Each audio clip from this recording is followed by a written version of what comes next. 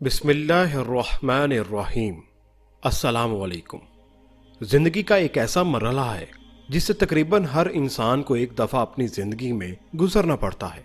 अगर मुसलमान है या फिर किसी भी दूसरे फ़िरके से ताल्लुक़ रखता है, तब भी इंसान के लिए एक चीज़ बहुत ज़रूरी है कि वो एक नेक हम सफ़र और एक नेक शख्स को अपनी ज़िंदगी का हिस्सा बनाए, क्योंकि इसके बगैर इसकी ज़िंदगी मुश्किल हो सकती है।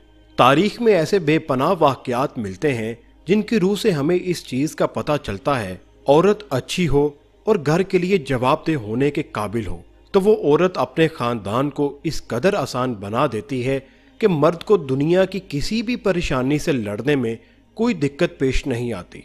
आज हम आपको चंद बाबरकत औरतों की निशानियां बताएंगे जिनके बारे में रसूल अल्लाह सल्लल्लाहु अलैहि वसल्लम ने इरशाद फरमाया कि जिन औरतों में ये निशानियां हों वो बहुत ही बाबरकत होती हैं।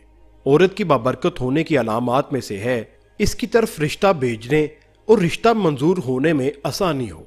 नंबर 2, इसका महर आसान हो, यानी बहुत ज्यादा पचीदा महर ना हो।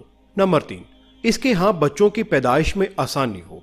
जिन औरतों में ये निशानियां पाई जाती हैं वो बहुत ही बाबरकत होती हैं। एक औरत किसी काम से घर से बाहर निकली तो घर के बाहर 3 अजनबी बुजुर्गों को बैठे देखा। औरत कहने लगी, मैं आप लोगों को जानती नहीं, लेकिन लगता है कि आप लोग भूखे हैं, चलें अंदर चलें, मैं आप लोगों को खाना देती हूँ। इन बुजुर्गों ने पूछा, क्या घर का मालिक मौजूद है? औरत कहने लगी, नहीं, वो घर पर मौजूद नहीं।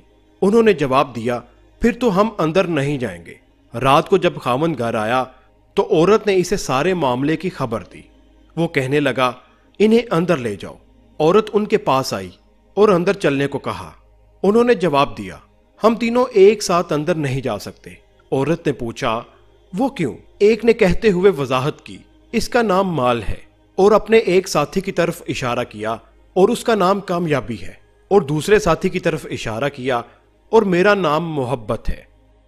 और ये कहते हुए बात मुकम्मल की कि जाओ अपने खावन के पास जाओ और मशवरा कर लो कि हम में से कौन अंदर आए। औरत ने आकर खावन को सारा माजरा सुनाया। वो खुशी से चला उठा और कहने लगा, अगर यही मामला है तो माल को अंदर बुला लेते हैं, घर में माल दौलत की रेल पेल हो जाएगी। औरत ने खावन से इख्तलाफ करते हुए कहा, क्यों ना कामयाबी को दावत दे। मियाँ बीवी की यह बातें उनकी बहू घर के एक कोने में बैठी सुन रही थी। उसने जल्दी से अपनी राय दी, क्यों ना हम मोहब्बत को बुला लें और हमारा गहराना प्यार और मोहब्बत से भर जाए। खावन कहने लगा, बहू की नसीहत मान लेते हैं, जाओ और मोहब्बत को अंदर ले आओ।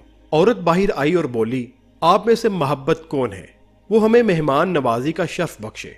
घर वालों का मतलूबा शख्स उठा और अंदर जाने लगा तो उसके दोनों साथी भी खड़े हो गए और उसके पीछे चलने लगे। औरत हैरान और परेशान उनका मुंह देखने लगी।